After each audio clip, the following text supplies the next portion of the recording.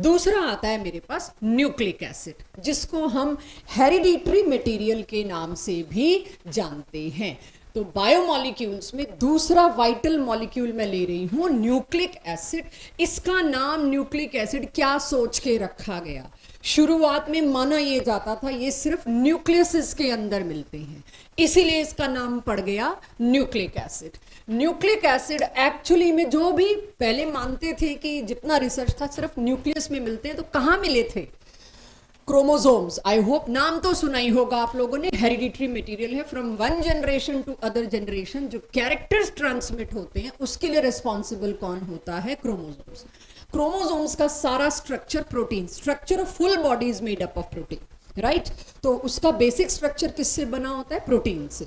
उन प्रोटीन्स के अंदर एक्चुअली में क्या मिलता है मुझको? Nucleic acid. जो कुछ चीजें थी जो न्यूक्लियस के अंदर मिलती थी तो नाम डाल दिया न्यूक्लिक एसिड। अब आती है बारी केमिस्ट्री, अब शुरू होती है। न्यूक्लिक एसिड क्या होते हैं केमिकली, स्ट्रक्चरली? बॉन्ड्स क्या हैं? बॉइलिंग पॉइंट, मेल्टिंग पॉइंट, सारी इस तरह की चीजें अब आएंगी। तो दो तरह के न्यूक्लिक एसिड्स देखे गए। डीएनए, अभी मैं इसकी फुल फॉर्म बोल रही हूं, लोड मत लीजिएगा, धीरे धीरे इसकी फुल फॉर्म पूरी बड़े डिस्क्रिप्टिव वे में आ जाएगी। Deoxy ribose nucleic acid, ribose nucleic acid. दो न्यूक्लिक एसिड मिले। अभी मुझे आता पता नहीं है इसका ये क्या चीज है, तो बायो वालों ने फिर भी कुछ कुछ सुन रखा है, बट बाकी लोगों के लिए कह दूं अभी कुछ नहीं आपको पता और धीरे धीरे सब चीज पता चलेगी। यानी हेरिडिटरी के लिए इंपॉर्टेंट मॉलिक्यूल्स कौन थे? Nucleic acid. न्यूक्लिक एसिड दो तरह के थे, डीएनए, आरएनए। अब शुरू करते हैं, चीज क्या है क्या इसका स्ट्रक्चर, इसकी केमिस्ट्री। तो ये जो न्यूक्लिक एसिड है, जो नाम तुमने रख दिया न्यूक्लिक एसिड क्योंकि न्यूक्लियस में मिले, और कोई केमिस्ट्री वाला क्या कहेगा? भाई नाम ऐसा रखो कि उससे स्ट्रक्चर की इंफॉर्मेशन हो, बॉन्ड्स की इंफॉर्मेशन हो, कुछ तो हो। तो अब हम उसके स्ट्रक्चर और बॉन्ड्स पे अगर आए, nucleic acid is a polymer. Polymer मतलब कोई एक यूनिट मैनी टाइम्स रिपीट होती है तो उसको बोल देते हैं पॉलीमर। तो न्यूक्लिक एसिड एक पॉलीमर था। किसका पॉलीमर था? एक यूनिट जिसका नाम है न्यूक्लियोटाइड। न्यूक्लियोटाइड 1 2 3 4 50 70 80 कितने न्यूक्लियोटाइड एक के साथ जुड़ के बहुत बड़ी चेन बना लेंगे, उसको बोलते हैं पॉलीन्यूक्लियोटाइड्स। पॉलीन्यूक्लियोटाइड्स हैं जो एक्चुअली में न्यूक्लिक एसिड का नाम ये होना चाहिए था, if I consider chemistry into the most important thing when I am studying it.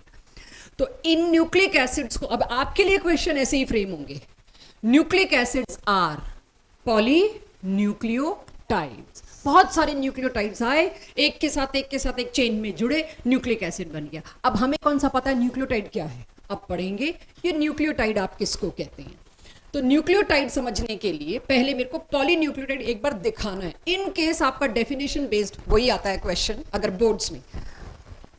ये सबसे आसान तरीका है न्यूक्लियोटाइड के पॉलीमर यानी पॉलीन्यूक्लियोटाइड को दिखाना। एक शुगर बनेगी, शुगर माने कार्बोहाइड्रेट्स, ग्लूकोज, कुछ ही समझ लो। शुगर के साथ एक बेस जुड़ा होता है। अब हम शुगर बनाएंगे, कौन से कार्बन पे बेस कैसे बॉन्ड बनाता है ये सब करना है मुझे। बस एक मिलेगा शुगर मॉलिक्यूल, शुगर मॉलिक्यूल के एक कार्बन पे टंगा हुआ होगा बेस और एक कार्बन के साथ लगा होगा फॉस्फोरिक एसिड ग्रुप।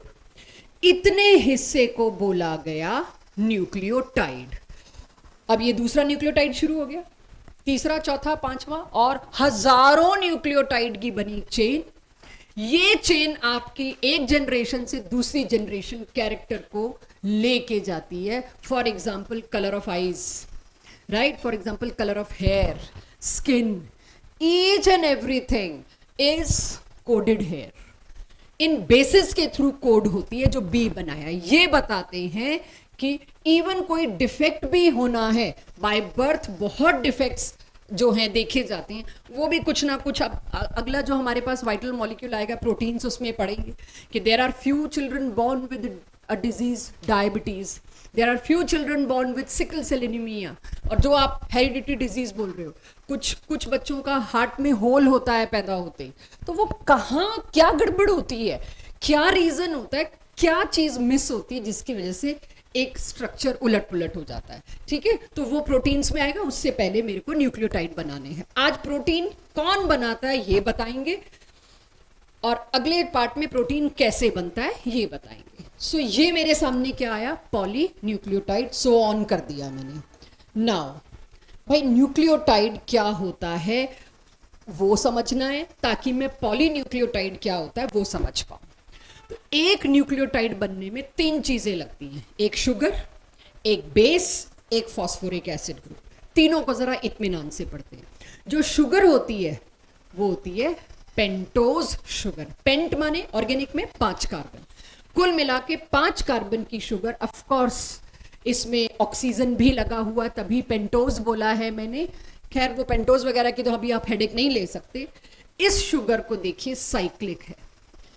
एक स्ट्रक्चर अभी जब चैप्टर के एंड में पहुंचेंगे, ग्लूकोज आएगा, फ्रक्टोज आएगा, स्टार्च आएगा, ग्लाइकोजन आएगा, आपके लिए गैलेक्टोज आएगा, माल्टोज आएगा। ये सारे ओज ओज ओज जब पढ़ेंगे ना तो आपके लिए राइबोज भी उसी में चल पड़ेगा। तो जब कार्बोहाइड्रेट्स पढ़ेंगे, शुगर्स, तो आपको ऐसी शुगर्स लाइन से मिलने वाली है। तो राइबोज, राइबोज क्या है जरा ध्यान से देखिए। कार्बन नंबर 1, 2, 3, 4, 5, आपको H और OH की लोकेशन वही देनी पड़ेगी जो है। इन केस आपने यहां पर H और OH पलट दिया, ये राइबोज नहीं है, पता नहीं है 3O's हो जाए। 3O's तो चलो ग्लूकोज का होता है, सॉरी, ये राइबोज नहीं है, ये रैमनोज, कुछ भी हो सकता है। एक भी ओरिएंटेशन आपने बदल दी, इसकी बायोलॉजिकल एक्टिविटी, बायोलॉजिकल रोल गड़बड़ हो। यही डिजीजेस के रीजन होते हैं। तो आप एक भी इसकी लोकेशन बदलोगे, इट इज डेड। डेड माने इसका कोई बायोलॉजिकल रोल नहीं है, इसका जो काम करना था वो मिस हो जाएगा, और वो मिस हो जाएगा तो फिर आगे आपके लिए fault. So point is, number 2 पे और नंबर 3 पे H ऊपर की तरफ है। ये लास्ट टॉपिक जब पढ़ेंगे कार्बोहाइड्रेट तब पता चलेगा। ये जो ऊपर की तरफ है लेफ्ट हैंड साइड होता है, और जो नीचे की तरफ है ये राइट हैंड साइड में मौजूद होते हैं। ये सब बाद में आएगा, अभी तो सिर्फ आज याद करने वाला हिस्सा करना है। ऐसा कुछ दिखता है ribose, location you can not touch. 5th number of carbon flag pole की तरह लगा हुआ है। फ्लैग पोल मतलब झंडा टांगा गया है, राइट। तो 5th नंबर का कार्बन मैंने आपको दिखा दिया किस तरह से है। ये बीटा क्यों बोला है, अगर कार्बन नंबर 1 पर OH लेफ्ट हैंड साइड पे है, लेफ्ट हैंड साइड का मतलब क्या होता है, ऊपर, तो उसको कहते हैं बीटा। अगर मैं इसको पलट देती तो वो होता अल्फा राइबोज।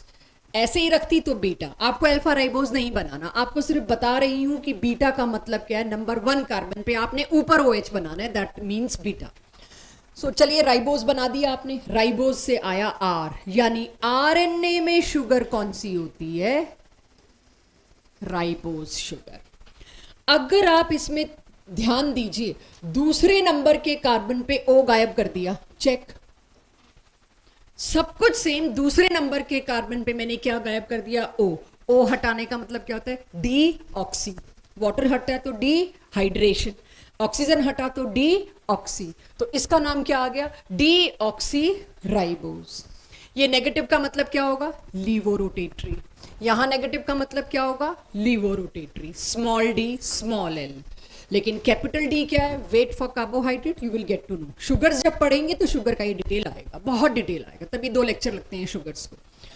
तो बीटा 2 डीऑक्सी, 2 डीऑक्सी क्यों, दूसरे नंबर के कार्बन का ऑक्सीजन हटाया आपने, राइबोज के दूसरे नंबर के कार्बन का ऑक्सीजन आपने हटा दिया, तो उसको बोलते हैं डी ऑक्सी राइबोज शुगर। क्योंकि ये डी से शुरू हो रहा है, तो ये कौन से न्यूक्लिक एसिड का हिस्सा मिला मेरे को, डीएनए का। जरा बायो वाले बताएं, ये डिटेल पढ़ा है बायो में, ये सारा डीऑक्सी वगैरह बना लेते हैं, तो वहां कैपिटल डी का यूज क्या बताया, हाँ बस वो ये सारा शुगर्स में आएगा। इसीलिए सिर्फ टुकड़े सुने हुए होंगे, बहुत ध्यान से आप लोग भी करना, कहीं ये ना सोचना ये तो हम कर लेंगे।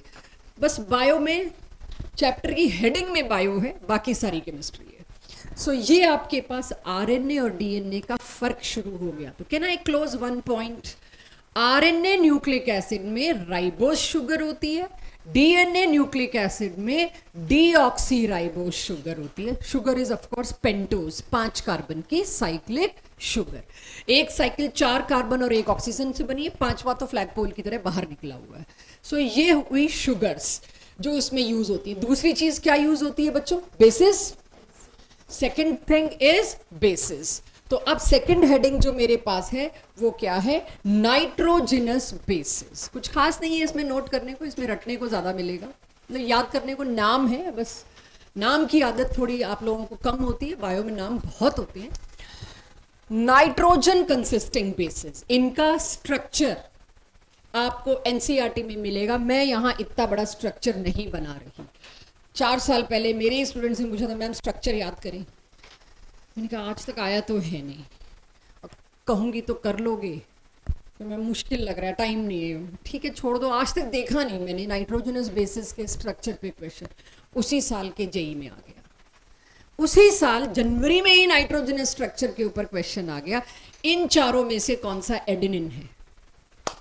चारों में से कौन सा एडेनिन है? और आपको पता ही है चारों लुक अलाइक से ही देते हैं, एक आधा चीज इधर उधर करते हैं। सो इनके स्ट्रक्चर्स 2-2 3-3 रिंग्स हैं, वो मैंने काफी सिमिलर से हैं, कुछ थोड़ा थोड़ा फर्क है। पहले नाम याद करा दूं, फिर देखते हैं अगली क्लास में लगा तो कुछ डीपीपी के थ्रू आपको स्ट्रक्चर्स, वैसे मैंने डीपीपी में दिया है स्ट्रक्चर ताकि आपकी आदत पड़े। नाइट्रोजनस बेसिस 2 कैटेगरी के होते हैं, प्यूरीन्स और पिरिमिडीन्स। प्यूरीन्स होते हैं कुल मिला के 2, एडेनिन और गुवेनिन। पिरिमिडीन कुल मिला के होते हैं 3, यूरेसिल, थायमिन, साइटोसाइन। इनका इस तरह से इनिशियल इस्तेमाल होगा, जेनेटिक कोड्स जब बनेंगे तो ये इनिशियल इस्तेमाल करेंगे हम। तो इस तरह से adenine, guanine, thymine, cytosine, uracil 5 कुल मिला के नाइट्रोजनस बेसिस है, जिसमें से 2 तो हैं प्यूरीन्स और 3 हैं पिरिमिडीन्स। तो ये कुल मिला के 5 बेसिस है। पांचों का स्ट्रक्चर एनसीईआरटी के एक पेज पे दे रखा है, नाइट्रोजन और कार्बन के ही है, समझ लीजिए। तो अब जब आपके पास 5 किस्म के नाइट्रोजनस बेसिस की इंफॉर्मेशन आ गई, अब इसका यूसेज देखेंगे क्या है धीरे धीरे। अभी तो न्यूक्लियोटाइड बना रहे हैं, फिर पॉलीन्यूक्लियोटाइड बनाएंगे। फिर आती है तीसरी और आखिरी चीज एक न्यूक्लियोटाइड बनाने में, phosphoric acid group HPO4 2 negative. H3PO4 था, 2 H निकल गए, 2 O पे नेगेटिव चार्ज है, इसीलिए HPO4 2 नेगेटिव। तीसरा आपके पास क्या आ गया? Phosphoric acid group. ऑनलाइन में किसी को कोई दिक्कत लगे, वैसे तो मुझे पता नहीं, आपका कैमरा सिर्फ एक ही बच्चे ने ऑन कर रखा है, तो एस गुप्ता करके, अरे गुप्ता साहब कौन है ये? एक गुप्ता साहब तो सामने बैठे हैं, एस गुप्ता, समीर, पता नहीं भाई, अब ये तो एब्सेंट लग जाएगी, घर घंटी जाएगी, अपने आप बता देंगे थे ऑनलाइन और क्या। जी मैम समीर गुप्ता। हाँ देखो, उनको भी पता है, जब आप ये बोलते हो कि घंटी जाएगी घर पे तो सब पता है, करती कभी नहीं हूं मैं। चलिए अब हम न्यूक्लियोटाइड बनाते हैं। तीनों चीजें जुड़ती कैसे हैं? बॉन्डिंग, एक स्ट्रक्चर। तो अब मैं इसके स्ट्रक्चर पर आऊं तो देखिएगा, ये मैंने अभी आपको ये हेडिक नहीं दिया, मैंने राइबोज बनाया कि डीऑक्सीराइबोज बनाया। जब डीएनए इस्तेमाल करना होगा तो दूसरे कार्बन पे OH की जगह क्या लिख दूंगी? H, deoxyribose. जब आरएनए बनाना होगा तो यहां क्या लिख दूंगी? OH, ribose. ठीक है, वो हेडेक मैं अभी आपको नहीं दे रही, उस चक्कर में अभी मत पड़िए। पेंटोज शुगर बनाई, पेंटोज शुगर के नंबर 1 कार्बन पर, जो कि बीटा फॉर्म आइडेंटिफाई करता है, जिससे मैंने बीटा ढूंढा था, उसके OH की जगह पे कौन लग जाता है? आके nitrogenous base B1। It can be adenine, guanine, thymine, cytosine, uracil, 5 में से कोई भी लग सकता है।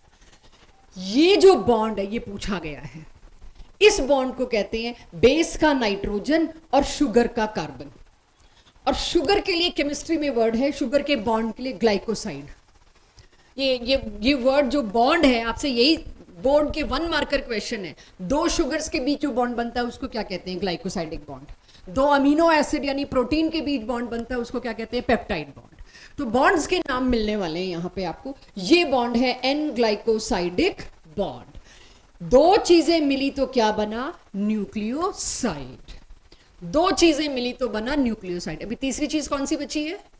Phosphoric acid group. मैं रटा रही हूं इसलिए बोल दो, मेरे को तो बहुत अच्छे से आता है, मैंने तो डबल ऑनर्स की है बायोलॉजी और केमिस्ट्री में, राइट? तो ये तो मेरा फेवरेट एरिया है। पागल कुत्ते नहीं काटा था मेरे को जो मैंने डबल ऑनर्स ली थी, कि मैं केमिस्ट्री भी पढ़ूंगी पूरी और मैं बायो भी पढ़ूंगी, तो मेरे लिए तो वो वाला एरिया है जो साल में एक ही बार मिलता है, मैं आपको रटाने के लिए कर रही हूं, अपने आप को याद करने के लिए नहीं। सो जितना मौका मिले इससे रटिए, याद रखिए। सो न्यूक्लियोसाइड में एक चीज और डाल दो तो क्या बन गया? न्यूक्लियोटाइड। ये बनी पूरी एक न्यूक्लियोटाइड यूनिट। बोर्ड में क्वेश्चन आ गया, what is difference between nucleotide and nucleoside. Structure बनाने के अलावा तुम्हारे पास चारा कुछ नहीं है, लिखोगे क्या? Pentose sugar plus base forms nucleoside as shown below. Pentose nucleoside plus phosphoric acid form nucleotide as shown below.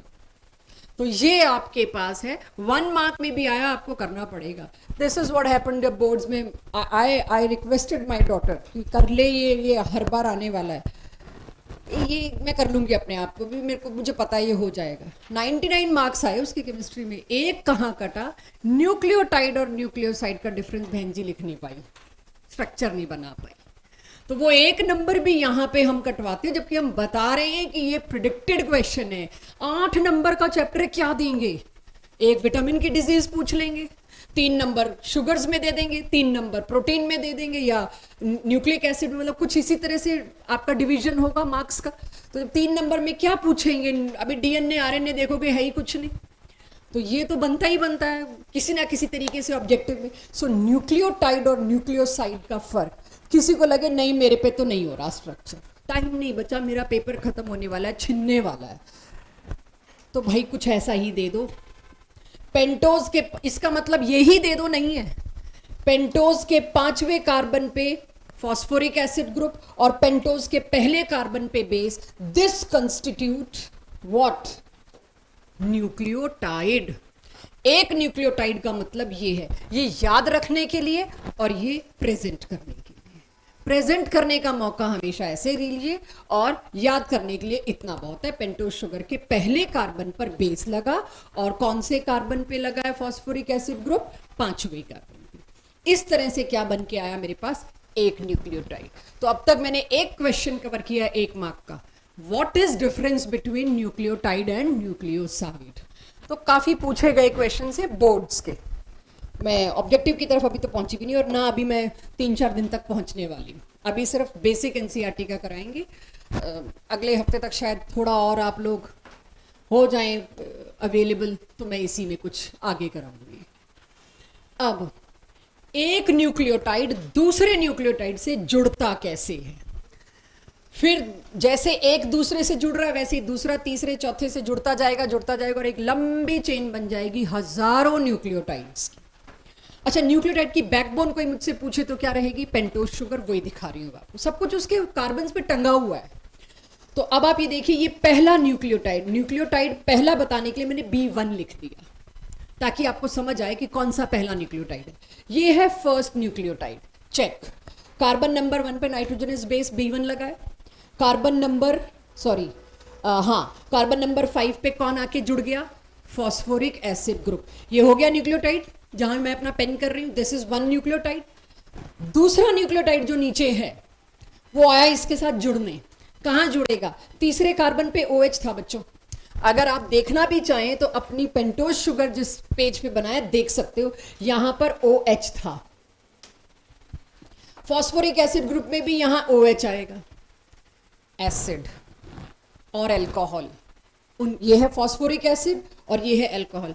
Acid और अल्कोहल के बीच रिएक्शन होता है तो क्या बनता है? एस्टर।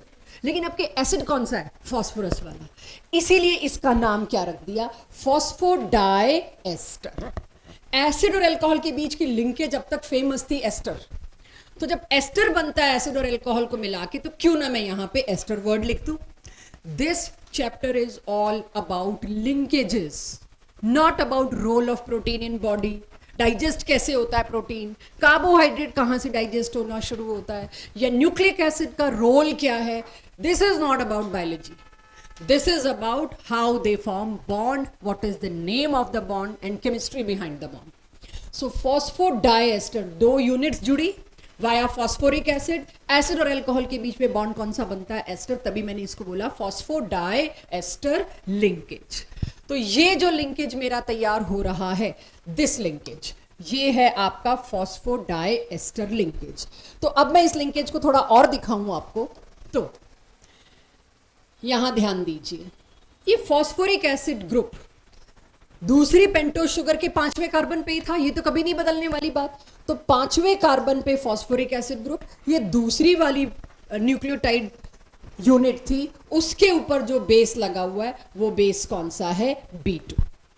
और ऐसे करते करते इसके भी नंबर 3 पर नीचे वाला जो न्यूक्लियोटाइड आएगा उसका फॉस्फोरिक एसिड जुड़ जाएगा। करते करते करते इस तरह से एक के बाद एक न्यूक्लियोटाइड जुड़ता जाएगा। सोच लीजिए इसके बीच में 1000 न्यूक्लियोटाइड जुड़ गए, एक एंड वो होगा एक एंड ये होगा, हजारों न्यूक्लियोटाइड जुड़ गए। एक नियम हमेशा अब ये जो पूरा बन गया, ये क्या बना बच्चों, what this will be called, अगर 1000 यूनिट अभी बीच में है, पॉली न्यूक्लियोटाइड। और अगर 2 ही है तो क्या बोलूंगी, डाई न्यूक्लियोटाइड। 3 है तो ट्राई न्यूक्लियोटाइड। इस तरह से पॉली न्यूक्लियोटाइड चेन बने, जो न्यूक्लियोटाइड चेन बनी उसका एक नियम है, और बड़ा ऑब्वियस है नियम, बोलना इसको गलत होगा। अगर एक एंड पे 5वां कार्बन फ्री है तो दूसरे एंड पे कौन सा कार्बन फ्री होगा, तीसरा। तो जो पूरा एक स्ट्रैंड बन के आया उसके एक एंड को बोलते हैं 5 प्राइम, एक एंड को बोलते हैं 3 प्राइम। बायोलॉजी में ये बहुत सुना होगा, प्राइम माने 3rd carbon and 5th carbon. इस तरह से अब इस डायग्राम को मैंने नहीं बनाना, एक ही नंबर का क्वेश्चन है। एक नंबर के क्वेश्चन के लिए ना मैं टाइम जस्टिफाई कर पा रही हूं, ना मेरे को याद है। और अगर मेरे पास आए ये question, what I use to do, what I will suggest, जगह छोड़ दीजिए, एंड में पक्का टाइम बचता है, वापस आके बनाइए, ये इंप्रेस करिए एग्जामिनर को, मैनिपुलेट करिए एग्जामिनर को, बनाइए ये आके। फिर भी अगर आप उस वक्त ना टाइम ना कॉन्फिडेंस ले पाते हैं, this is best. Polynucleotide chain क्या होती है, वो ये है। इस लिंकेज का नाम अगर मेरे को शो करना है तो लिंकेज का नाम मैं कहाँ शो करूंगी, शुगर का OH और फॉस्फोरिक एसिड का O, ये है वो डायएस्टर लिंकेज। यहां बॉन्ड नहीं बोलते, बस लिंकेज बोलते हैं since it is bio. So phosphodiester linkage he, but मैं कभी सजेस्ट नहीं कर रही ये मत दीजिए, ये दीजिए ना। ऑब्जेक्टिव में अक्सर क्वेश्चंस में ऐसे लिखा आएगा, आपको पहचानना होगा। बोर्ड्स में अगर है आपसे एक्सपेक्टेड तो कुछ इसकी झलक है कि आप लिखें। एक अच्छा बच्चा लिखना चाहिए इसको, तभी याद भी तभी होता है बच्चों। सो ये हो गया मेरे पास एक पूरी चेन। तो पॉलीन्यूक्लियोटाइड बना लिया हमने सबने। अब पॉलीन्यूक्लियोटाइड बनते ही मेरे पास सवाल क्या आता है, भाई पॉलीन्यूक्लियोटाइड को आपने बोला था न्यूक्लिक एसिड, और न्यूक्लिक एसिड है 2 तरह के, DNA और RNA। अब कुछ कुछ आप एंटिसिपेट भी कर सकेंगे आगे क्या आने वाला है। चेक, अगर शुगर ली आपने राइबोज, तो क्या बनेगी, इस चेन का नाम क्या होगा, राइबोज न्यूक्लिक एसिड। और अगर जो शुगर है वो थी डीऑक्सीराइबोज, तो नाम क्या होगा, डीऑक्सीराइबोज न्यूक्लिक एसिड। एक और स्ट्रक्चरल डिफरेंस, DNA में और RNA में नाइट्रोजनस बेसिस अलग अलग होते हैं, एक का फर्क होता है। एडेनिन, गुएनिन, थायमिन, साइटोसिन, ये किस में मौजूद है, DNA में। और थायमीन की जगह अगर यूरेसिल आ गया, जहां जहां थायमीन हो सकता था वहां वहां अगर यूरेसिल आ गया तो वो कौन बन जाएगा, RNA। तो DNA RNA में स्ट्रक्चरल डिफरेंसेस ठीक ठाक हो गए। और ये एक और क्वेश्चन तैयार हो गया। पहला क्वेश्चन तो न्यूक्लियोटाइड न्यूक्लियोसाइड का फर्क, दूसरा क्वेश्चन था लिंकेज कौन सी, फॉस्फोडाइएस्टर, किस किस के बीच बनती है वो भी बता दिया। तीसरा क्वेश्चन मेरे पास आ गया structural difference between 2 nucleic acids, तो वो भी मैं लूं उससे पहले ये सबको क्लियर हो गया। एडेनिन, गुएनिन, थायमिन, साइटोसिन, और जहां जहां आपको इसमें थायमिन दिख रहा है उसकी जगह अगर यूरेसिल हो जाए तो वो DNA का स्ट्रैंड नहीं है, वो किसका स्ट्रैंड है, RNA का। क्लियर बाल को? एक एक करके जरा स्ट्रक्चरल डिफरेंस पढ़ना, सुनना, समझना। मेरे पास ज्यादा नहीं है आज पढ़ाने को, तो और ना कोई टेस्ट है आज, इसका क्या ही लूंगी टेस्ट में, मेरे को भी आता नहीं इसका टेस्ट लेना। पढ़िए एक एक चीज, क्या डिफरेंस है। DNA था वो न्यूक्लिक एसिड जो सिर्फ और सिर्फ न्यूक्लियस में मिलता था।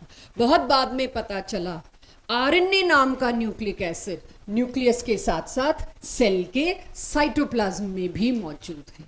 इसीलिए ये एक स्ट्रक्चरल डिफरेंस तो नहीं है, लेकिन कहाँ मिलता है वो डिफरेंस है, वो भी आपको आना चाहिए। डीएनए का डबल स्ट्रैंड, जो मेरी बुकलेट का कवर है ना 12th क्लास को, उसमें मैंने डीएनए का स्ट्रैंड बना रखा है डबल स्ट्रैंडेड। कुछ छोटी क्लासेस में कोई चार्ट बनाते हो, कुछ आइडिया हो, डीएनए का डबल स्ट्रैंड किस नाम से जाना जाता है, किसने दिया था वो model? Watson and Crick model of DNA. शायद 8th 9th 10th में बायो में कहीं पढ़ाया गया, या दुनिया जहान की एग्जीबिशंस में तो यही लगा रखा होता है। कोई एग्जीबिशन चले जाओ, पहले तो बाहर जो लगी होती है स्टैंडी, उसमें डीएनए ही बना होता है, Watson and Crick model, because it is about life. Anyways, DNA is double stranded structure, कुछ ऐसा। RNA is single stranded structure. How they control hereditary, ये मेरा लास्ट होगा। जितना एनसीईआरटी ने बता रखा है बस उतना। अगर ये डबल स्ट्रैंडेड है तो जाइगोट में one strand is from mother parent, other strand is from father parent, और उसका जो जो कोड डोमिनेट करता है वो बनने वाले ऑफस्प्रिंग में रिप्रेजेंट होता है। तो दोनों से एक एक कोड, एक एक स्ट्रैंड आता है, और उससे डिसाइड होता है कौन सा कैरेक्टर किस पेरेंट का डोमिनेट करेगा, राइट। अब इसका वो पेडिग्री एनालिसिस वगैरह सब बायो वाले करते हैं, वो हमें करने की जरूरत नहीं है कि अगर मेरे फादर या मदर में से किसी को डायबिटीज है तो कितने चांसेस हैं कि मुझ में डायबिटीज आएगी, कितने चांसेस हैं मेरे ब्रदर में डायबिटीज आएगी, और कितने चांसेस मैं आगे अपने बच्चों में वो कम्युनिकेट करूंगी। सो ये सारा एनालिसिस इसके दम पे होता है, डबल स्ट्रैंड डीएनए। आरएनए क्या करता है फिर, यही मेरा लास्ट होगा, जितना एनसीईआरटी ने कवर किया है वो भी देखेंगे।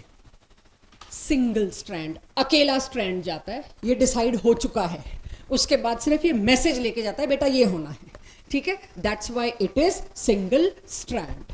अब स्ट्रक्चरल डिफरेंस में एक और चीज, या कह लीजिए स्ट्रक्चरल इंफॉर्मेशन में एक और चीज, जिसका यूज अभी अगली स्लाइड से आएगा, आपको सिर्फ अभी लिखवा रही हूं, अगली स्लाइड पे इसको शो करेंगे। डीएनए में एडेनिन बेस के सामने दूसरे स्ट्रैंड का थायमिन बेस ही आ सकता है, और गुएनिन बेस के सामने दूसरे स्ट्रैंड का, भाई स्ट्रैंड ने गुथना है अभी आपस में, कॉइल होना है स्ट्रैंड ने, अल्फा कॉइल्स बननी है, तो गुएनिन के सामने साइटोसाइन ही आ सकता है। ये बॉन्ड्स क्या हैं, बायो के बच्चे ही बता दें मेरे को। सिग्मा बॉन्ड, पाई बॉन्ड, या hydrogen bonds. They are not true bonds, they are hydrogen bonds. Hydrogen bond हम जानते ही हैं, ठीक है। शुगर कौन सी यूज होती है डीएनए में, तो बहुत बार हो गया आज। आरएनए में एडेनिन के सामने, मैंने आपको थोड़ी देर पहले बताया, आरएनए डीएनए में एक नाइट्रोजनस बेस का फर्क मिला था, जहां जहां थाइमिन है उसकी जगह कौन टिका दो, यूरेसिल। बाकी number of hydrogen bonds double और ट्रिपल एज इट इज। इसमें कौन सी शुगर है, राइबोज शुगर। ये जो मैंने डिफरेंसेस लिखवा दी और कुछ इंफॉर्मेशन ऐसे ही बोल दी, उसके ऊपर पूरा 2 या 3 नंबर का क्वेश्चन आता है बोर्ड में। अब उसकी तरफ जाते हैं, डबल स्ट्रैंड कैसे, क्या, और उस पर ऑब्जेक्टिव में कुछ अच्छे क्वेश्चन आते हैं, उसके लिए आगे की इंफॉर्मेशन इसमें मैं पूछ भी नहीं सकती। एवरीथिंग क्लियर, कोई डाउट तो नहीं है, क्लियर का कोई कॉन्सेप्ट नहीं है यहाँ पे, डाउट का तो बिल्कुल कोई कॉन्सेप्ट नहीं है, ये है तो है। इसके पीछे जितना आप मेरे से सवाल पूछेंगे, सवालों के जवाब हैं, मैं आपको एक्स्ट्रा टाइम में ज़रूर बता दिखा सकती हूँ, बट आपका सिलेबस जितना डिमांड करता है, या मेरा इरादा जितना आज कराने का उतना ही कराऊंगी। आई एम वेटिंग कि ज़रा सब सिचुएशंस ठीक हो जाएं, आप लोग आ पाएँ, तो इसकी मैं एक्स्ट्रा ज़रूर लूँगी जो हमारे, और ये एडवांस में शायद ये चैप्टर है नहीं, it is not included in advance, जितना मैं जानती हूँ। ये पॉलीमर, बायोमोलिक्यूल, ये सारे एडवांस का सिलेबस नहीं है। चलिए, अब डीएनए को लेके, आरएनए को लेके, नॉट आरएनए सॉरी, डीएनए को लेके यहाँ मेरे से एक आधी बार गलती हुई है, जितना मुझे याद है। बताने में कुछ इन्फॉर्मेशन में हो जाती, इन्फॉर्मेशन नहीं, क्वेश्चन सॉल्व करने, तो मेरी डीपीपी में क्वेश्चन है, और अगर होएगी गलती तो मैं बायो के बच्चों से हेल्प लूंगी। एक है चारगाफ्स रूल। डीएनए बनते वक्त जो ये डीएनए बना है नेचर में, इसमें एक सिचुएशन देखी कि बाय डिफॉल्ट एक रूल फॉलो हो रहा है, बड़ा ऑब्वियस सा है ये। Amount of adenine divided by amount of guanine, ratio. Divided by का मतलब सिंपली है ratio. Ratio of A is to G is equal to ratio of T is to C.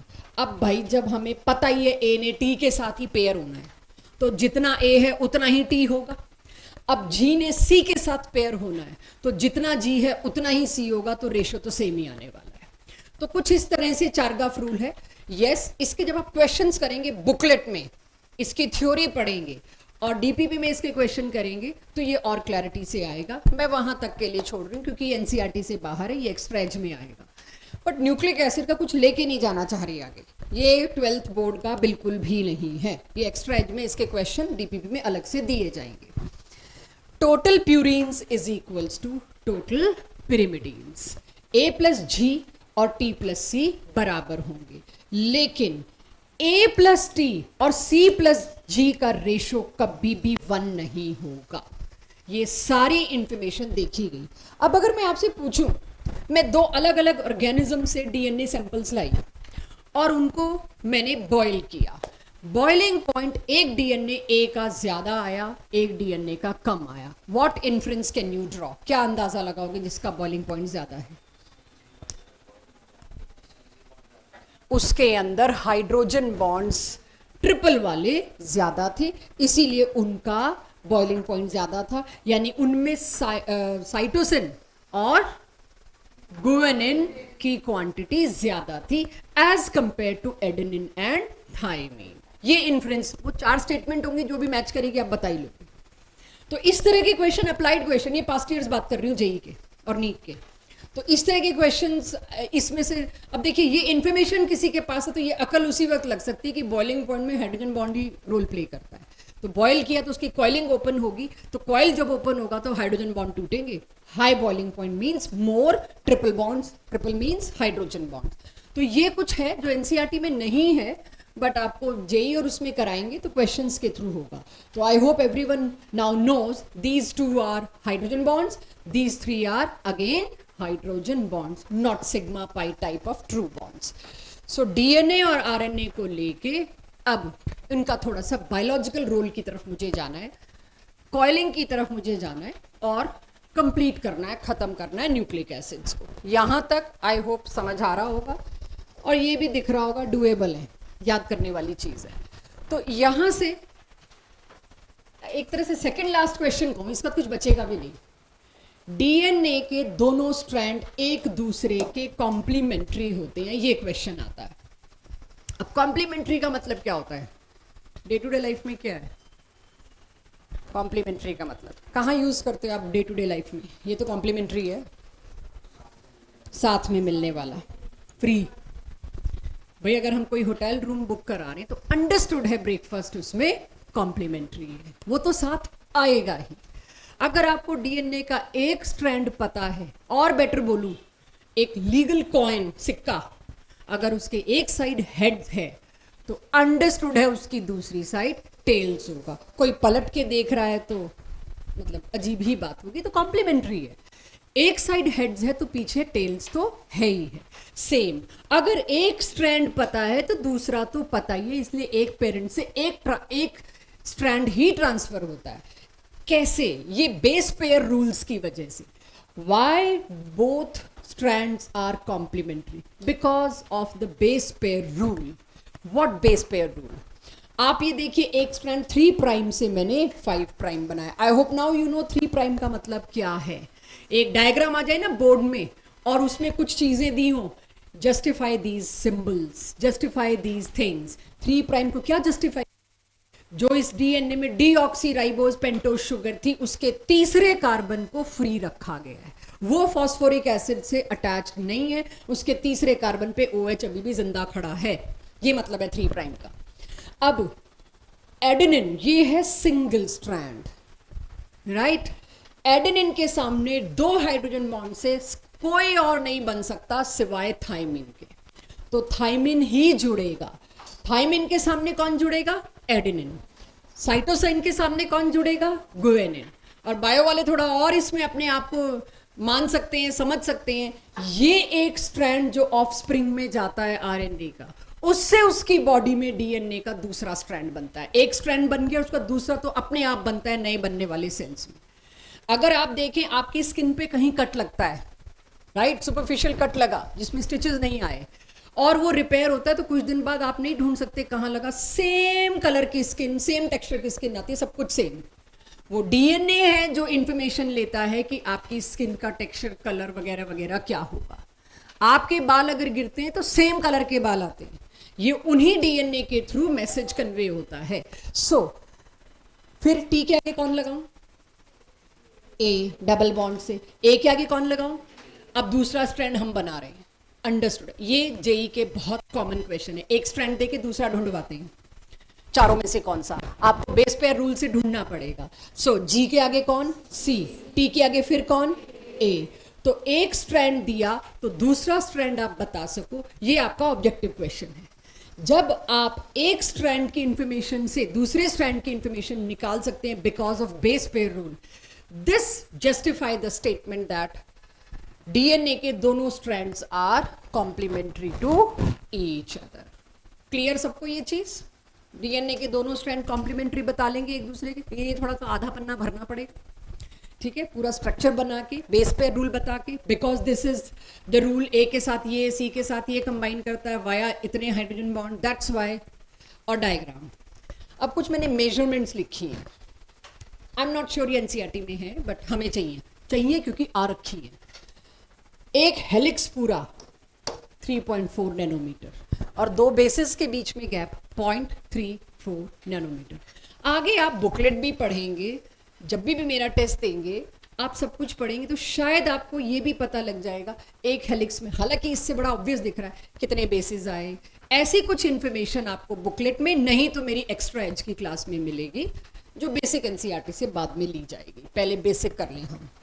DNA को हीट करोगे तो separate हो जाएंगे strand, और body में इसके लिए एंजाइम्स होते हैं, उनका रोल होता है डीएनए को अनकॉइल करना।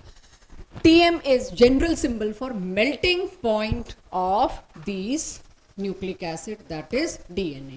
Base pair rule clear है, complementary strands clear कर देंगे, समझा देंगे, पढ़ा देंगे जरूरत पड़ी तो। अब RNA, DNA खत्म, राइट? DNA का रोल भी एक ही है, एक सेल से दूसरे सेल, नॉट ओनली एक जनरेशन से दूसरी जनरेशन, एक सेल से जब दूसरा सेल बनता है, जैसे स्किन पे आपके चोट लगी और वापस रिपेयर हो रहा है, नए सेल्स बन रहे हैं, तो एक सेल से जब दूसरा सेल बनता है तो सारी इंफॉर्मेशन को ट्रांसमिट करना, दैट इज अगेन हेरिडिटरी या कह लीजिए जेनेटिक्स। आरएनए सिंगल स्ट्रैंडेड है, जहां जहां कौन सा बेस चेंज किया था मैंने डीएनए आरएनए में, जो लोग सो रहे हैं जवाब दें। थायमीन की जगह क्या लगाना पड़ गया था, यूरेसिल। तो मैंने ये आरएनए का स्ट्रैंड है, आरएनए का स्ट्रैंड हमेशा डीएनए से बनता है, right? If I am giving you, ये है पास्ट ईयर्स, अगेन बोर्ड में तो नहीं पूछ रहे ऐसा, लेकिन ये जेई नीट में ऐसा ही आ रहा है। अगर डीएनए का ये स्ट्रैंड मैंने दिया, इससे आरएनए बनाइए,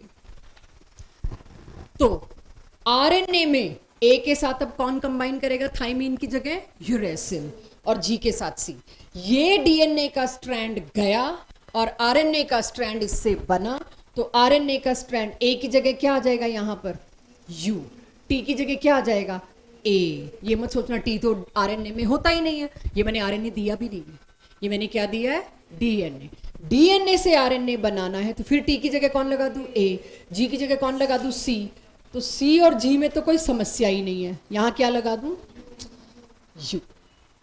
डीएनए का स्ट्रैंड दिया जाएगा, आरएनए का पूछा जाएगा, बस। जेई वालों से इससे ऊपर तो कुछ भी नहीं पूछ सकते, उनके लिए यही बहुत है, ठीक है?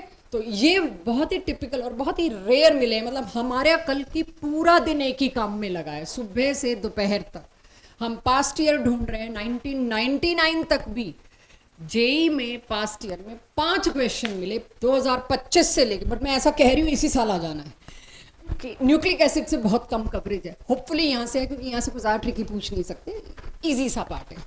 सो डीएनए से आरएनए भी बन गया।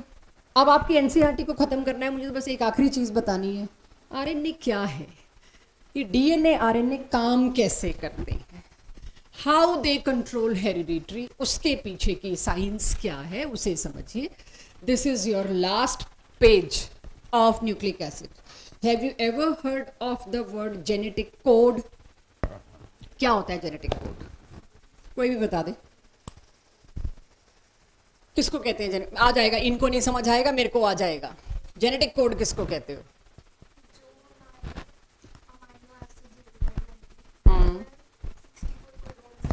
राइट, 64 कोडोन से, जिसमें इनिशिएशन कोडोन और वो सारे कोडोन होते हैं। जेनेटिक कोड फिर क्या होगा? कोडोन समझ आ गया,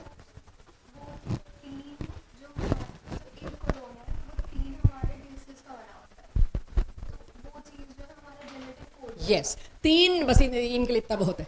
3 नाइट्रोजनस बेसिस यानी 3 न्यूक्लियोटाइड समझ लो। अभी जो कुछ उसने बोला बाकी वो मैं फिल्टर कर रही हूँ।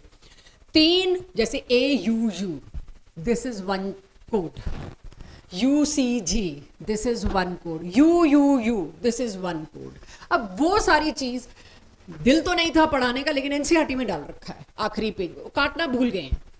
क्योंकि जब 2006 में सिलेबस को चॉप किया गया है, उससे पहले ट्रांसक्रिप्शन ट्रांसलेशन पूरा हमारा सिलेबस होता था। कैसे डीएनए एक जनरेशन से पहले दूसरी जनरेशन में किस फॉर्म में ट्रांसफर होता है, उससे फिर क्या कैसे होता है, वो काटने के साथ गलती से एक पैराग्राफ उनसे छूट गया है।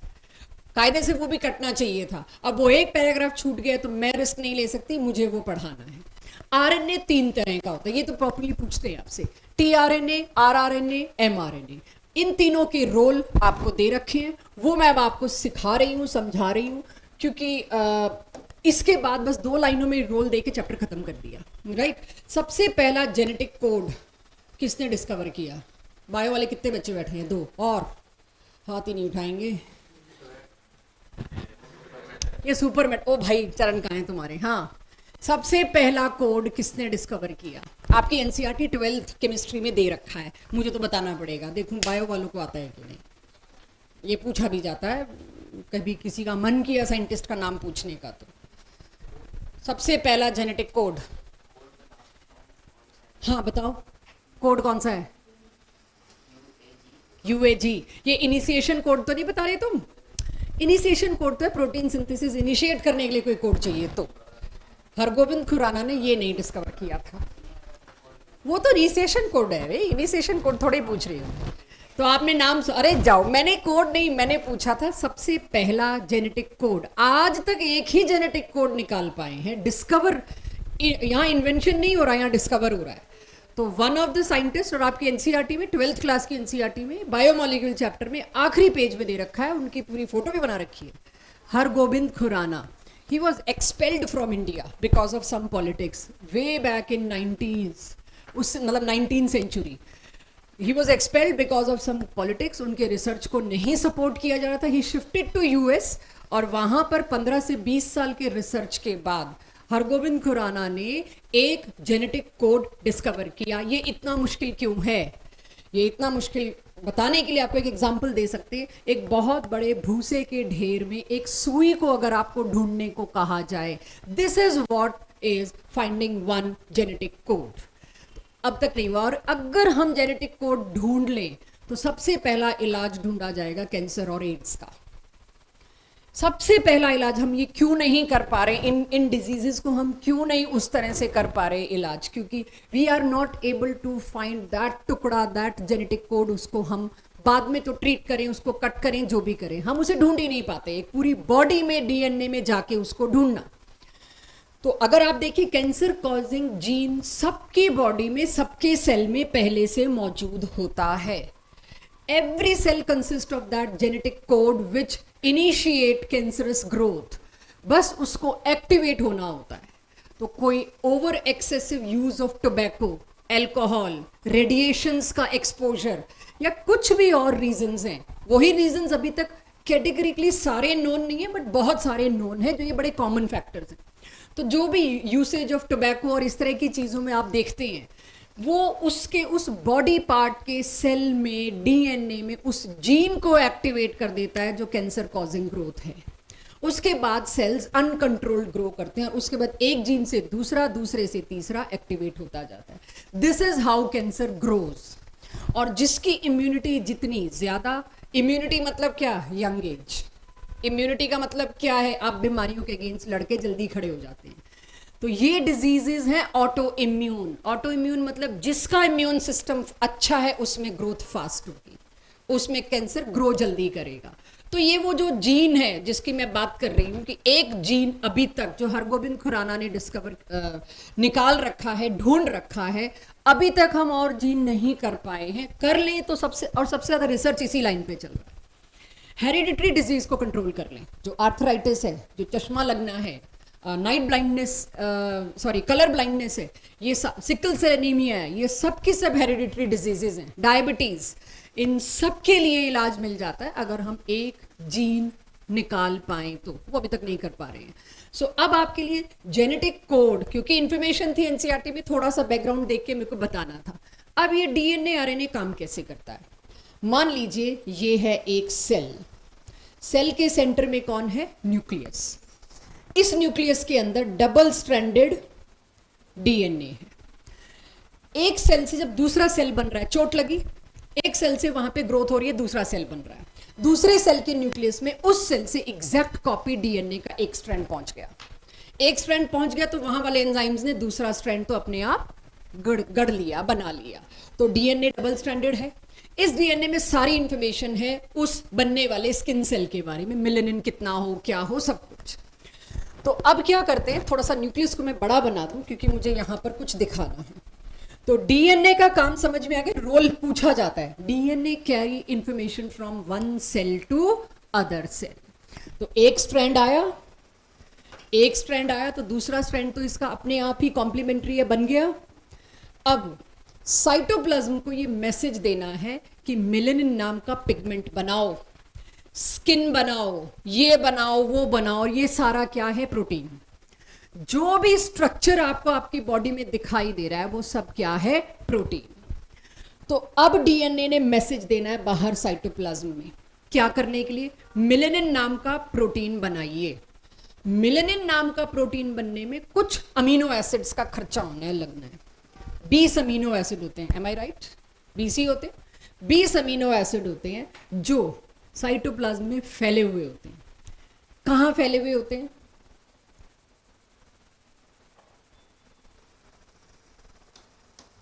टीआरएनए, उल्टा जे, ये मैंने उल्टा जे अल्फाबेट बनाया है। ये शेप होती है किसकी? टीआरएनए की। ट्रांसफर आरएनए, ट्रांसफर आरएनए अपने सिर पे एक अमीनो एसिड सजा के घूम रहा होता है। ऐसे 20 टीआरएनए हैं, हर एक के सिर पे एक अमीनो एसिड है। लाइफ के लिए 20 अमीनो एसिड चाहिए। आपकी बॉडी का हर स्ट्रक्चर इन 20 अमीनो एसिड से बनता है। हर सेल में 20 अमीनो एसिड घूम रहे हैं। किसके सिर पे? टीआरएनए के सिर पे। टीआरएनए यहां पर साइटोप्लाज्म में फैला हुआ है। इनको सिर्फ मैसेज चाहिए, आ जाओ और मिलके प्रोटीन बनाओ। इंसुलिन बनना है किसी के सेल में, उसमें 51 अमीनो एसिड चाहिए। सारी इंफॉर्मेशन आ रही है, सारी एनसीईआरटी रिलेटेड इंफॉर्मेशन दे रही है। 51 अमीनो एसिड को इकट्ठा करना है, उससे इंसुलिन प्रोटीन बनेगा, और अगर इंसुलिन प्रोटीन बनेगा तभी आप ग्लूकोज को डाइजेस्ट कर पाएंगे। किसी के इंसुलिन प्रोटीन बनने में जो 51 अमीनो एसिड लगने हैं, उस ऑफस्प्रिंग का प्रीनेटल फेज में मदर का एक्सपोजर रेडिएशन को हो गया, पोल्यूशन को हो गया, किसी भी ऐसी चीज को हो गया, या बाय डिफॉल्ट कुछ गड़बड़ हुई, एक अमीनो एसिड भी मिस हुआ 51 अमीनो एसिड्स में से, तो इंसुलिन उस बच्चे की बॉडी में कभी नहीं बनेगा। उसको कहते हैं कॉन्जेनाइटल डिजीज। पैदा होते ही उसको इंसुलिन के लिए बाहर से ही सपोर्ट चाहिए। म्यूटेशन नाम की भी कुछ चीज होती है जो अचानक किसी भी वजह से हो जाती है।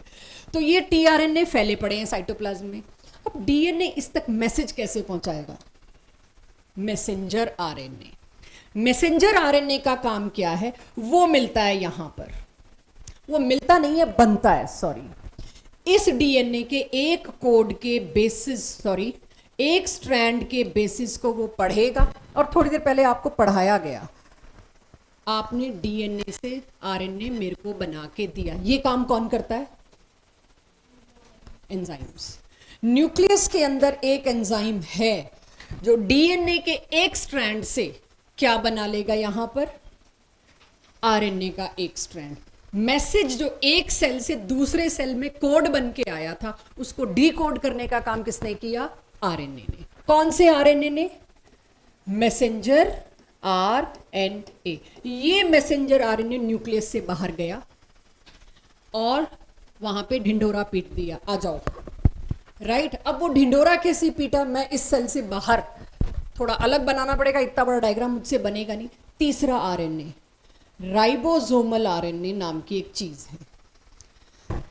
ये मैसेंजर आरएनए सीधे इसके पास जाता है, मैं मैसेज ले आया हूं, बनाओ। ये राइबोसोमल आरएनए प्रोटीन बनाना शुरू करता है, प्रोटीन फैक्ट्री है ये, और इससे ढिंढोरा पिटता है पूरे सेल में, और सारे अमीनो एसिड इकट्ठे होके, अगर इंसुलिन बनाने का संदेशा आया है तो 51 अमीनो एसिड को ये क्लब करके इंसुलिन बनाएगा। सो जितना आपका सिलेबस अलाउ करता है, राइबोसोमल आरएनए थोड़ा सा बड़ा बना रही हूं इसको। एक्चुअल शेप कुछ और भी हो सकती है, जितना मेरे को याद है मैं उतना ही बता पाऊंगी। ये है राइबोसोमल आरएनए। इस पे कौन मैसेज लेके आया है बच्चों? Messenger RNA. ऊपर वाले की इंजीनियरिंग देखो भाई, हम तो कहीं नहीं स्टैंड करते। मैसेंजर आरएनए किसके पास आया? Ribosomal RNA.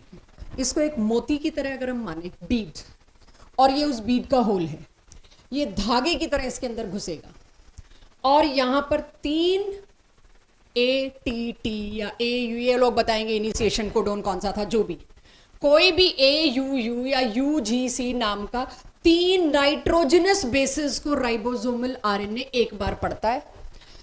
उस 3 का एंटी कोड इस टीआरएनए के यहां लगा होता है। इसका कोड उससे मैच करेगा, टीआरएनए दौड़ के इधर आएगा और अपने सिर पे पड़ा हुआ अमीनो एसिड यहां छोड़ गया। फिर ये धागा आगे खिसका, अगले 3 ने फिर एक अमीनो एसिड की डिमांड करी और वो अमीनो एसिड के लिए एक और टीआरएनए दौड़ के आएगा। इनको कैसे पता चलेगा कौन सा टीआरएनए? यहां का फंक्शनल ग्रुप और वहां के फंक्शनल ग्रुप एक दूसरे के ऑपोजिट होते हैं, आइडेंटिफाई उसी से होते हैं। फिर जुड़ जाएगा दूसरा, फिर ये धागा आगे निकला। थोड़ी देर बाद आप देखेंगे ये धागा जो अंदर घुसा था इधर से निकलना शुरू, उधर से छोटा होना शुरू। 3 nitrogenous base code for 1 amino acid, और एक अमीनो एसिड जुड़ते जाएंगे और आपको पता चलेगा ये बन गई हजार अमीनो एसिड से एक प्रोटीन बनता है। I am not talking only about 1 protein, that insulin, it is myosin. सारा मस्कुलर प्रोटीन मायोसिन है, राइट। किरेटिन, हेयर और नेल में जो प्रोटीन है वो ये है। बहुत सारे प्रोटीन है, जितने हमारे सिलेबस में आएंगे हम पढ़ेंगे। इस तरह से प्रोटीन बनता है। तो तीनों आयन मिलके क्या बनाते हैं? प्रोटीन की। और ये प्रोटीन का मतलब आप लोग बॉडी स्ट्रक्चर मत समझिए, प्रोटीन का मतलब है हर तरह का जो फंक्शन है वो भी, B it colour, B it your height, anything, eyes का छोटे से छोटा डिटेल, वो सारा का सारा कौन डिसाइड करता है? ये एमआरएनए का धागा। और ये कहां से आ रहा है? डीएनए से मैसेज जो उसको आया है वो वही। If we miss any nitrogenous base and if we miss any amino acid, miss छोड़िए, उलट पुलट ही हो गया म्यूटेशन की वजह से, एक ही जगह टी आ गया, कुछ भी गड़बड़ हो गई, तो यहां पर अमीनो एसिड गलत आएगा। अमीनो एसिड गलत आएगा, पता चलेगा somebody is born with sickle cell anaemia. So इस तरह से, जैसे सिकल सेल एनीमिया हेरिडिटरी है और उसका रीजन यही है, some disturbance in amino acid chain. रीढ़ की हड्डी प्रोटीन की जो थी वो गड़बड़ हो गई, आप कुछ नहीं कर सकते उसका, कुछ भी नहीं, you have to live with it. जब तक वो कोड ना मिले, उनको रिपेयर करने का मैकेनिज्म ना मिले, तो यहाँ आपका न्यूक्लिक एसिड पूरा खत्म हो